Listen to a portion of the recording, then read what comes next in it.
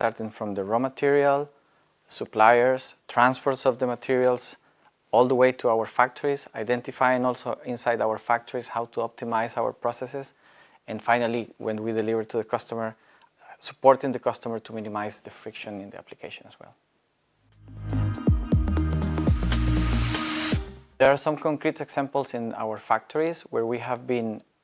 upgrading all technologies to more energy efficient technologies where we can minimize the energy needed to produce our products.